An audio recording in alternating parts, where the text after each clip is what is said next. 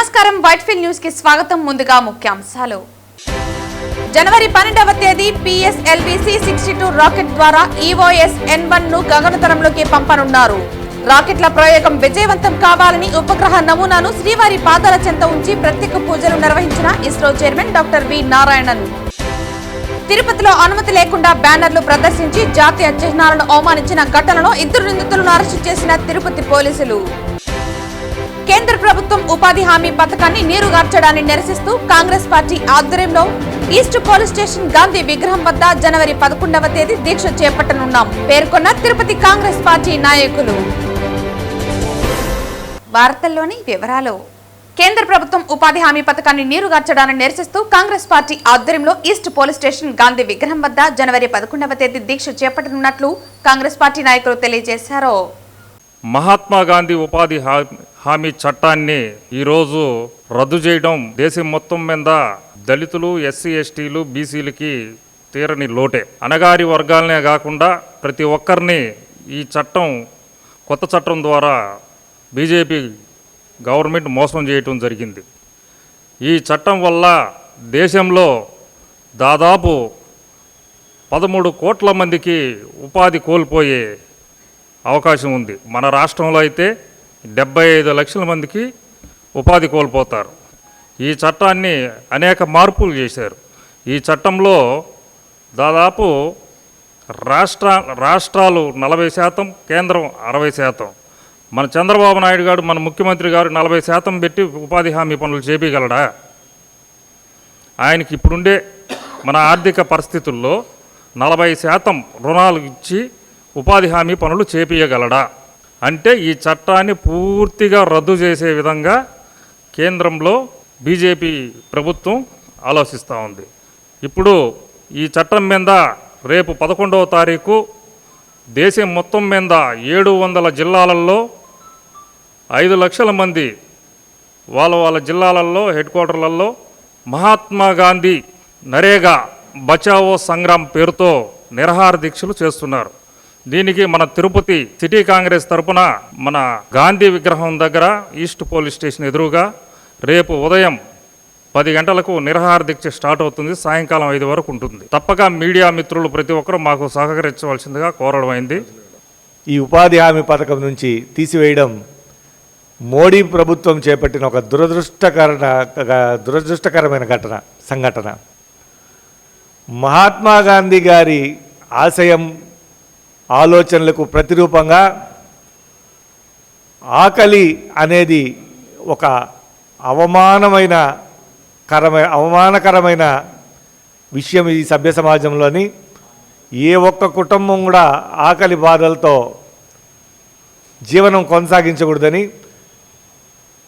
ఒక గొప్ప వినూత్నమైన ఆలోచన చేసి ఈ ఉపాధి హామీ చట్టాన్ని కాంగ్రెస్ ప్రభుత్వం తీసుకురావడం జరిగింది. అటువంటి ఉపాధి హామీ చట్టాన్ని తమ స్వార్థ రాజకీయాల కోసం మహాత్మా గాంధీ గారి ఆశయాల్ని, మహాత్మా గాంధీ గారి అభిమతానికి మోడీ వేసిన ఒక తూట ఆయన పేరుని తీసేయడం. మహాత్మా గాంధీ ఉపాధి చట్టాన్ని తీసేయడం అంటే ఈరోజు దేశంలోని బడుగు బలహీన వర్గాల కడుపు కొట్టడమేని నేను మరొకసారి తెలియజేస్తున్నాను. ఈరోజు ఎస్సీ, ఎస్టీ, బీసీ, మైనార్టీలు అని చెప్పుకున్నటువంటి ఈ యొక్క కేంద్ర ప్రభుత్వం వాళ్ళ ఓట్లతో గద్దెనెక్కి ఈరోజు ఈ యొక్క మహాత్మా గాంధీ చట్టాన్ని పేరు మార్చి జీ రామ్జీ అని పేరు పెట్టడం ఎంతవరకు అనేసి మేము ప్రశ్నిస్తున్నాము కాంగ్రెస్ పార్టీ తరఫున. దాదాపు 20 సంవత్సరాల క్రితం కాంగ్రెస్ పార్టీ తీసుకొచ్చిన ఈ కార్యక్రమాన్ని ఎంతోమంది దేశ ప్రజలు, విద్యార్థులు దాంట్లో కూడా పాల్గొని ఎంతోమంది ఉపాధి పొందారు. దీన్ని దూరం చేయడం NSY నుండి మేము తీవ్రంగా ఖండిస్తున్నాం. దేశవ్యాప్తంగా జరిగిపోయే రేపు కార్యక్రమానికి విద్యార్థులందరూ, తిరుపతిలో ఉన్న విద్యార్థులందరూ కూడా స్వచ్ఛందంగా రావాలని మేము NSY నుండి పిలుపునిస్తున్నాం. తిరుపతిలో అనుమతి లేకుండా బ్యానర్లు ప్రదర్శించి జాతీయ చిహ్నాలను అవమానించిన ఘటనలో 2 నిందితులను పోలీసులు అరెస్టు చేశారు. జిల్లా ఎస్పీ సుబ్బరాయుడు ఆదేశాల మేరకు తిరుపతి ఈస్ట్ పోలీస్ స్టేషన్ పరిధిలో కేసు నమోదు చేసి కఠిన చర్యలు చేపట్టారు. తిరుపతిలో అనుమతి లేకుండా బ్యానర్లు ప్రదర్శించి జాతీయ చిహ్నాలను అవమానించిన ఘటనలో 2 నిందితులను శుక్రవారం తిరుపతి ఈస్ట్ పోలీసులు అరెస్టు చేశారు. జాతీయ జెండాలలోని అశోక చక్రాన్ని మార్ఫింగ్ చేసి ప్రజలను రెచ్చగొట్టే వ్యాఖ్యలతో బ్యానర్లు ముద్రించి పబ్లిక్ ప్రాంతాల్లో పెట్టినట్లు పోలీసులు గుర్తించారు.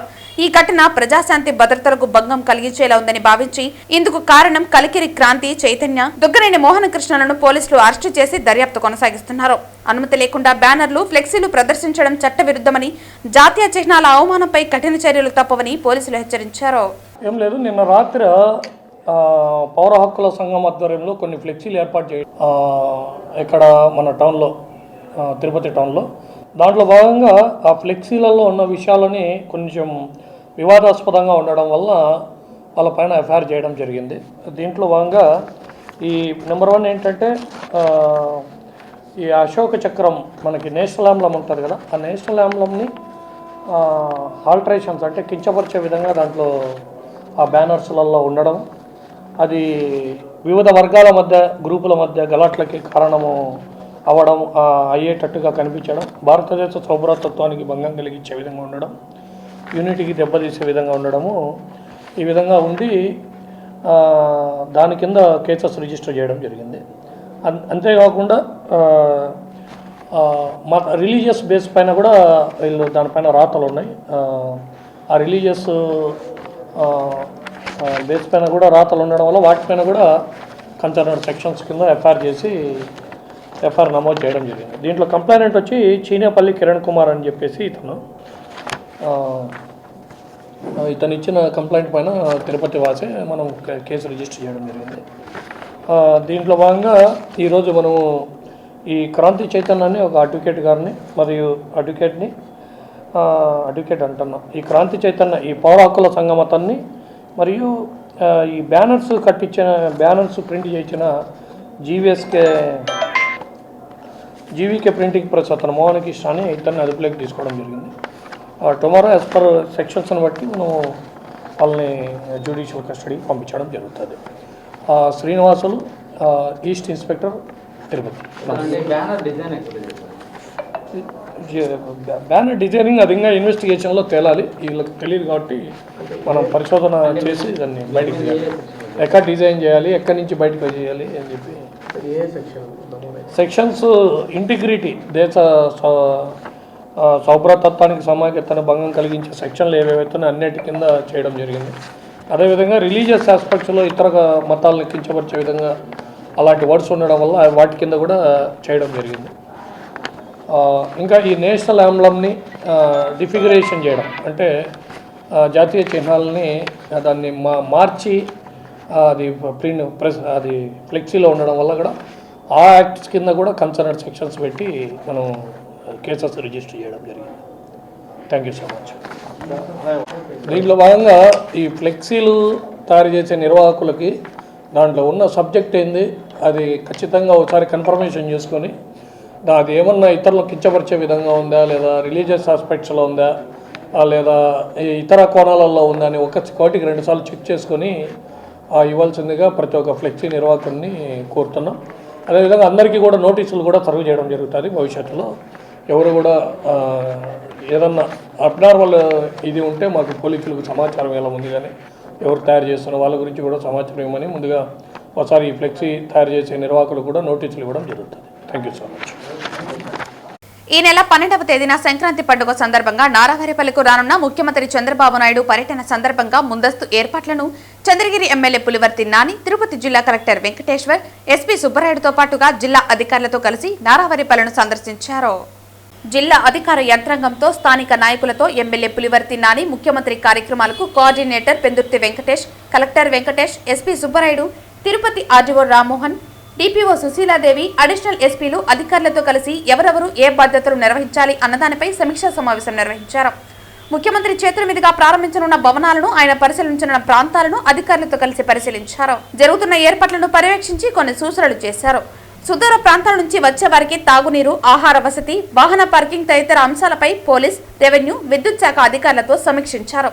ముఖ్యమంత్రి పర్యటన ముగిసేంత వరకు ఎలాంటి లోటు లేకుండా జాగ్రత్తగా అన్ని రకాల చర్యలు చేపట్టాలని అన్ని శాఖల అధికారులకు దిశానిర్దేశం ఎమ్మెల్యే పులివర్తి నాని చేశారు. సంక్రాంతి పర్వదినాన్ని పురస్కరించుకుని ముఖ్యమంత్రి నారా చంద్రబాబు నాయుడు కుటుంబం, నందమూరి కుటుంబం ముఖ్యమంత్రి స్వగ్రామం నారావారిపల్లికు రావటం ఆనవాయితీగా వస్తున్న విషయం విదితమే. ముఖ్యమంత్రి కుటుంబ సభ్యులు వస్తున్నారన్న అధికారిక ప్రకటనతో ఎమ్మెల్యే పులివర్తి నాని జిల్లా కలెక్టర్ ఇతర ఉన్నత అధికారులతో కలిసి అక్కడ జరుగుతున్న పనులను, కార్యక్రమాలను పర్యవేక్షించారు.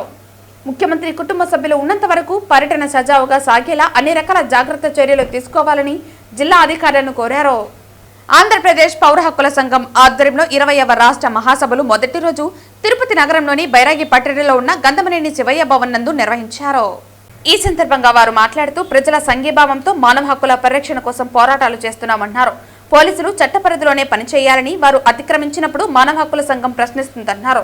మానవ హక్కుల పరిరక్షణ పోరాటంలో 6 సహచరులను కోల్పోయామని, సభలు సమావేశాలు జరుపుకోవటం ప్రతి ఒక్కరి హక్కు అని అన్నారు. వాటిని అడ్డుకోవటం సరైంది కాదని సూచించారు. అనంతరం తెలంగాణ రాష్ట్ర మానవ హక్కుల సంఘం అధ్యక్షుడు లక్ష్మణ్ మాట్లాడుతూ ఏపీలో మానవ హక్కుల సంఘం 53 సంవత్సరాలుగా ప్రయాణం చేస్తోందని, క్రాంతి చైతన్యను వ్యూహాత్మకంగా పోలీసులు నిర్బంధించారని అన్నారు. ప్రజల హక్కుల కోసం పోరాటం చేస్తున్నామని, అరెస్టులకు, అక్రమ కేసులకు భయపడటం లేదన్నారు. హక్కు స్వాతంత్రం అందరికీ ఉందని, ఆర్టికల్ 19కి అనుగుణంగా ఉన్నామని అన్నారు. అత్యుత్తమైన మానవ హక్కుల కోసం పోరాడతామని, సమాజంలో ప్రజాస్వామిక హక్కులు ప్రమాదంలో పడిందన్నారు.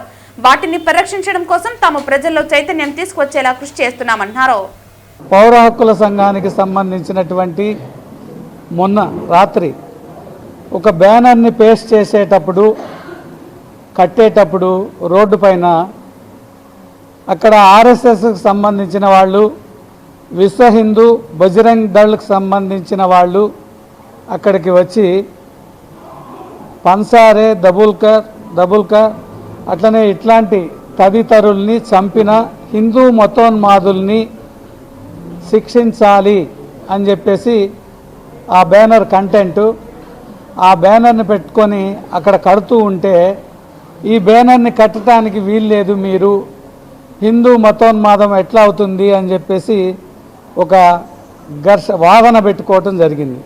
ఈ వాదనని మా వాళ్ళు ఇక్కడ వాదన ఎందుకండి, ఎవరైతే మేము కూడా హిందువులమే, అయితే ఎవరైతే హిందువుల పేరు చెప్పుకొని మతోన్మాదాన్ని సృష్టిస్తూ ప్రజల మధ్య కల్లోలాన్ని సృష్టిస్తున్నారో వాళ్ళకు వ్యతిరేకంగా రాసింది మాత్రమే ఈ బ్యానర్ అని చెప్పినా కానీ వాళ్ళు వినకుండా అవన్నీ లాగి పడేసి గొడవ చేశారు. ఎంత దారుణంగా ఉందంటే, పౌర హక్కుల గురించి మాట్లాడటానికి రాష్ట్రం నలుమూల నుంచి వచ్చిన సభ్యులంతా ఇక్కడ ఉన్నారు, పురప్రజలు ఉన్నారు. ఈ సభ ఇక్కడ నిర్వహించడానికి వీలు లేకుండా అడ్డుపట్టడం కోసం పోలీసుల్ని ఈ హిందుత్వవాదులు ఒక పావులాగా ఉపయోగించుకుంటున్నారు. క్రాంతి చైతన్యని అరెస్ట్ చేశారు. అరెస్ట్ చేయటం కూడా నిన్న పొద్దున పోలీస్ స్టేషన్కి వచ్చి మాట్లాడాలన్నారు. 2 సార్లు పెడితే సిఐ కానీ ఎస్ఐ కానీ లేరు. ఈరోజు ఎట్లాగో సెలవు కోర్టులకి, అందుకు నిన్న సాయంత్రం టైం అయిపోయిన తర్వాత, కోర్టులకు టైం అయిపోయిన తర్వాత వస్తే అప్పుడు అరెస్ట్ అని చెప్పారనమాట. ఇది వ్యవహార సరళి. ఎట్లా ఉందంటే రాజ్యం అణిచివేసేటట్లుంది పౌర హక్కుల్ని, భావ ప్రకటన స్వేచ్ఛని. సత్యమేవ పరాజితే అంటే సత్యం ఓడిపోతుంది, ఓడిపోకూడదు అనేది మా ఉద్దేశం. సత్యమేవ జయతే, దాన్ని తప్పనిసరిగా చట్టబద్ధ పాలనలో పాటించాలి. చట్టాన్ని పాలించే వాళ్ళు ఎవరైనా సరే సత్యాన్ని చేయాలి, అబద్ధాలు కల్పించకూడదు, కల్పితాలు కల్పించకూడదు, చట్ట వ్యతిరేకంగా పరిపాలన చేయకూడదు అనేటటువంటిది మా విషయం. అంతేగాని మాకు ఆ కార్టూన్ మీద ఏ విధమైనటువంటి దురుద్దేశాలు లేవు, మేము అవమానపరచాలనేటటువంటి సంస్థకు లేదు. We are respect to the national symbol. No, it is not committed, మమ్మల్ని కమిట్ చేయదు మీరు. మేము ఆ తప్పు మేము చేయలేదు. అది ఎక్కడైనా ఎప్పుడైనా హ్యూమన్ ఎర్రర్స్గానే చూడబడుతుంది. మా శ్రేణులు ఎవరో డౌన్లోడ్ చేసినటువంటి విషయాన్ని చెప్తున్నాము. మేము చాలా స్పష్టంగా పోలీసు వారికి కూడా, మా ప్రధాన కార్యదర్శి అధ్యక్షులు మేము వెళ్ళినప్పుడు చాలా సూటిగా చెప్పాము. దాన్ని సింబల్ని అగౌరవపరచాలనేటువంటి ఉద్దేశం మాకు లేదండి. పొరపాటున ఇప్పుడు ఒక ఇంటర్నెట్లో ఉంది, ఎవరి మీద చర్య తీసుకున్నారు? ఇంటర్నెట్లో వ్యంగ్యాస్త్రాలు, కార్టూన్లు అనేటటువంటి వ్యంగ్యాస్త్రాలు ఉంటుంటాయి, వ్యంగ్యంగా ఉంటుంటుంది. మీరు రచయితలు, మీరు జర్నలిస్టులు, మీరు కార్టూన్లు వేస్తూ ఉంటారు. కార్టూన్లు వేసేటప్పుడు సత్యమేవ జయతే ఈ 75 సంవత్సరాల స్వతంత్ర పాలనలో లేదు అనేటటువంటి దాన్ని ఎవరో ఒక అతను పెట్టినటువంటి దాన్ని మా వాళ్ళు డౌన్లోడ్ చేసి పెట్టారు తప్ప సంస్థ అవగాహన కాదు. సంస్థ అగౌరవపరచాలనేటటువంటిది ఎప్పుడూ లేదు.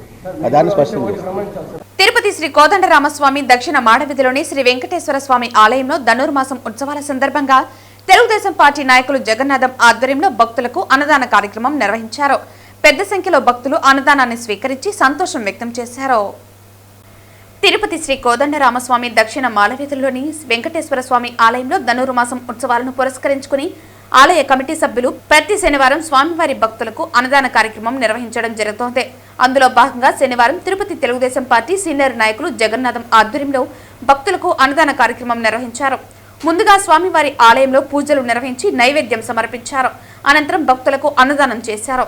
ఈ సందర్భంగా వారు మాట్లాడుతూ గత కొంతకాలంగా కోదండరామస్వామి దక్షిణ మాడవీధిలో ఉన్న శ్రీ వెంకటేశ్వర స్వామివారి ఆలయంతో పాటు నగరంలోని మరో 4 స్వామివారి ఆలయాలలో ప్రతి శనివారం అన్నదాన కార్యక్రమాన్ని ప్రారంభించడం జరిగిందని తెలిపారు. భవిష్యత్తులో కూడా ప్రతి శనివారం దాతల సహకారంతో అన్నదాన కార్యక్రమాలు విరివిగా చేపట్టడం జరుగుతుందని పేర్కొన్నారు. నమో వెంకటేశాయ. ఈ పవిత్రమైన పుణ్యక్షేత్రంలో చాలా వరకు అందరూ ఆకలి కలమటిస్తూ ఉంటారు. అదేవిధంగా కూలి పని చేసుకునే వాళ్ళు కానీ, బిల్డింగ్ పని చేసే వాళ్ళు కానీ, రిక్షా తొక్కే వాళ్ళు కానీ, అదేవిధంగా చాలామంది తిరుపతిలో ఇబ్బంది పడుతూ ఉంటారు. అలాంటి వాళ్ళకి ప్రతి శనివారం కూడా మేము ఈ వెంకటేశ్వర స్వామి గుడి దగ్గర మేమందరూ కలిసి ఒక కమిటీలాగా ఎన్నుకొని మేమందరూ కూడా రోజుకి ఎవరికి పుట్టినరోజులైనా, ఎవరికి మంచి రోజులైనా వాళ్ళందరూ కూడా ఇక్కడికి రమ్మని చెప్పి ఈ అన్నదాన కార్యక్రమం చేస్తుంటాం. ప్రతి శనివారం మధ్యాహ్నం కరెక్ట్గా 1 గంటకి కార్యక్రమం చేస్తాం. అది తొందరలో తిరుపతిలో 4 వెంకటేశ్వర స్వామి గుళ్ళు ఉన్నాయి. ఆ గుళ్ళ దగ్గర అన్ని చోట్ల కూడా ఈ అన్నదాన కార్యక్రమం చేస్తున్నాం. చాలామంది ఆకలికి అలమటిస్తున్నారు. అలాంటి వాళ్ళకి ఎంత డబ్బులు ఇచ్చినా ప్రయోజనం లేదు. కానీ అదేవిధంగా వాళ్ళకి కడుపునిండుగా అన్నం పెడితే చాలా ఆనందంగా ఉంటారు. కానీ ఈ పవిత్రమైన పుణ్యక్షేత్రంలో ఎవరు ఆకలికి అలమటించకూడదు అనేది మా నినాదం. కొద్ది రోజుల్లో ఇలాంటి కార్యక్రమం చేసేదానికి మా స్వామి గారు ఈరోజు నూతన గృహం కొనుక్కున్న సందర్భంగా స్వామి కూడా ఈరోజు అన్నదానానికి ముందుకు వచ్చాడు. అదేవిధంగా ప్రతి వారం ఒక్కొక్కరు ముందుకు వస్తారు. వాళ్ళందరూ సహాయ సహకారాలతో నా మిత్ర బృందం అందరూ కలిసి ఈ కార్యక్రమాలు చేస్తున్నాం తిరుపతిలో. గోవిందా గోవిందా. అమ్మవారి సంక్రాంతి ఉత్సవాలలో భాగంగా జనవరి 17వ తేదీన చంద్రగిరి పట్టణంలో వెలిసిన ప్రసిద్ధ పుణ్యక్షేత్రమైన శ్రీ మూలస్థాన ఎల్లమ్మ తల్లి కొండ చుట్టూ మహోత్సవం అత్యంత వైభవంగా జరగనుంది.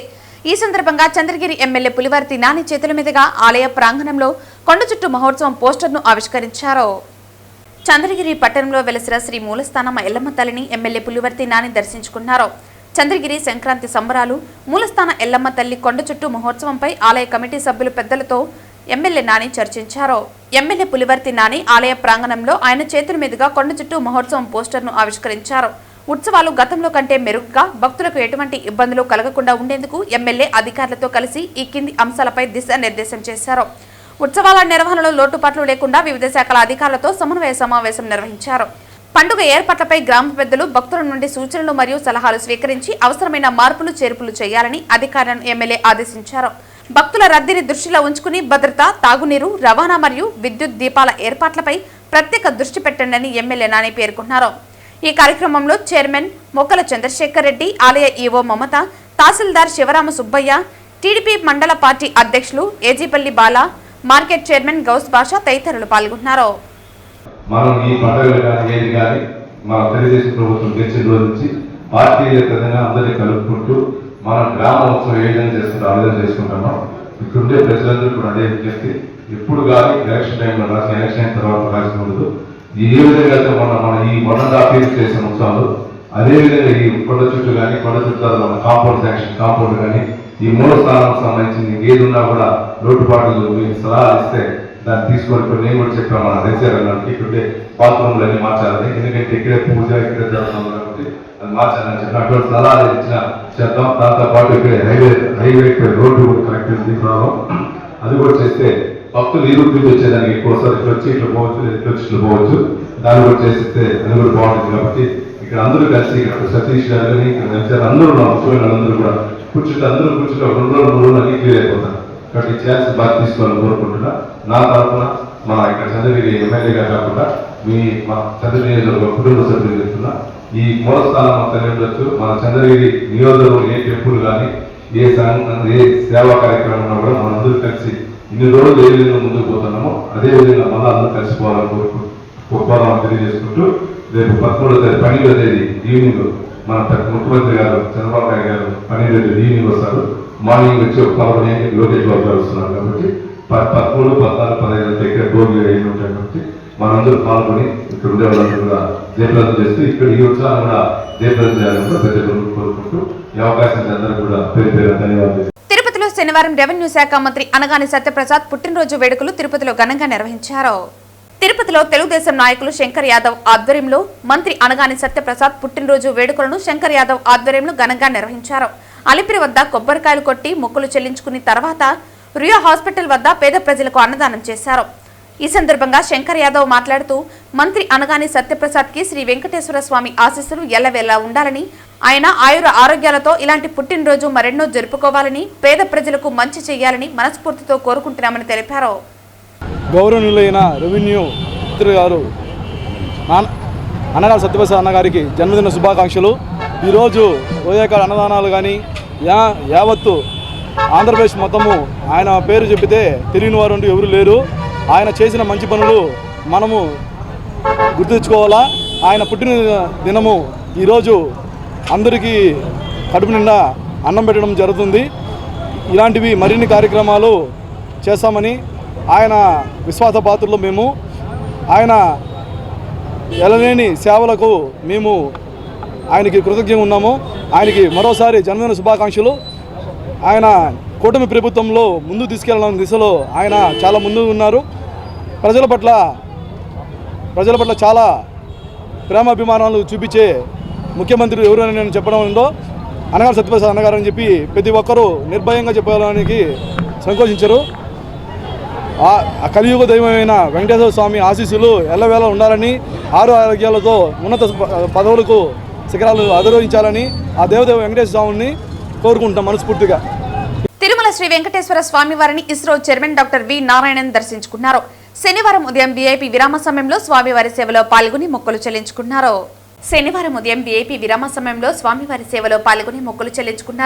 12వ తేదీ PSLV C-62 రాకెట్ ద్వారా EVO-SN1 ను గగనతలంలోకి పంపనున్నారు.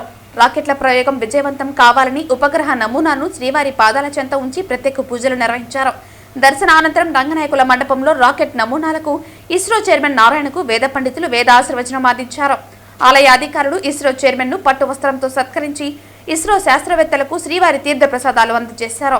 ఆలయం వెలుపల ఇస్రో చైర్మన్ మీడియాతో మాట్లాడుతూ ఈ నెల 12వ తేదీ ఉదయం 10:21 శ్రీహరికోటలోని సతీష్ ధవన్ స్పేస్ సెంటర్ నుంచి PSLV C-62 రాకెట్ ను ప్రయోగించనున్నామని తెలిపారు. ఈ ప్రయోగం ద్వారా EVO-SN1 అనే అత్యాధునిక ఎర్త్ అబ్జర్వేషన్ శాటిలైట్ తో పాటు మరో 15 కో ప్యాసింజర్ ఉపగ్రహాలను నింగిలోకి ప్రవేశపెట్టనున్నామన్నారు. ఈ ఉపగ్రహాలన్నింటినీ పోలార్ సన్ సింక్రోన్ సన్ ఆర్బిట్ లో స్థిరపరచనున్నట్లు ఆయన తెలిపారు. ఇది 2026 సంవత్సరంలో భారత్ చేపట్టనున్న తొలి అంతరిక్ష ప్రయోగమని, PCLV వాహన నౌకకు ఇది 64వ ప్రయోగంగా నిలవనుందన్నారు. ఈ మిషన్ లో ఇతర దేశాలకు చెందిన 8 ఉపగ్రహాలు ఉండటంతో భారత్ నుంచి ఇప్పటి వరకు ప్రయోగించిన విదేశీ ఉపగ్రహాల సంఖ్య 442కు చేరనుందన్నారు. ముఖ్యంగా EVO-SN1 ఉపగ్రహంలో హైపర్ స్పెక్ట్రల్ పేలోడ్ ఉండడంతో భూ పరిశీలనతో పాటు వ్యూహాత్మక అనువర్తనాలకు ఇది ఎంతో ఉపయోగకరంగా మారనుందని ఇస్రో అధికారులు వెల్లడించారు. On 12th January morning 10 AM 17 minutes we are going to have the PSLV C-62 launching EVO-SN1 satellite and 15 co-passenger satellites in the polar sun synchronous orbit. This is the first launch in 2026 and the 64th launch of the PSLV vehicle. And in this vehicle we have 8 co-passenger satellites from foreign countries. With this we will be accomplishing 442 foreign satellite launches from Indian soil. What is the purpose? This is basically advanced earth observation satellite, the EVO-SN1. What is the purpose? The purpose is mainly advanced earth observation purpose. என்ன பயன்கள்னா நீங்கள் வந்து நம்ம இது வந்து I mean there is a hyperspectral, basically it's a hyperspectral payload is there. It will be useful for the strategic applications. శనివారం ఉదయం VIP విరామ సమయంలో తిరుమల శ్రీవారిని పలువురు ప్రముఖులు దర్శించుకున్నారు. శనివారం ఉదయం VIP విరామ సమయంలో నటుడు తనికెళ్ల భరణి, మాజీ మంత్రి కార్మూరి వెంకట నాగేశ్వరరావు, మాజీ ఎమ్మెల్యే పెద్దారెడ్డి, మాజీ ఎంపీ గోరంట్ల మాధవ్, తెలంగాణ ఎమ్మెల్యే తలసాని శ్రీనివాస్ యాదవ్ కుటుంబ సభ్యులతో కలిసి స్వామివారి సేవలో పాల్గొని మొక్కులు చెల్లించుకున్నారు. దర్శన అనంతరం రంగనాయకుల మండపంలో వేద పండితులు వేద ఆశీర్వచనం అందించగా ఆలయ అధికారులు పట్టు వస్త్రంతో సత్కరించి శ్రీవారి తీర్థ ప్రసాదాలు అందజేశారు. అనంతరం ఆలయం వెలుపల తనిఖీల భరణి మీడియాతో మాట్లాడుతూ ఓ ప్రైవేటు స్కూల్ వార్షికోత్సవానికి హాజరవటానికి తిరుపతికి వచ్చానని, విద్యతో పాటు సనాతన విలువలు ఆ స్కూల్లో నేర్పుతున్నట్లు తెలిపారు. ధనుర్మాసంలో ఆ దేవదేవుని దర్శనం చేసుకోవటం చాలా సంతోషంగా ఉందని అన్నారు.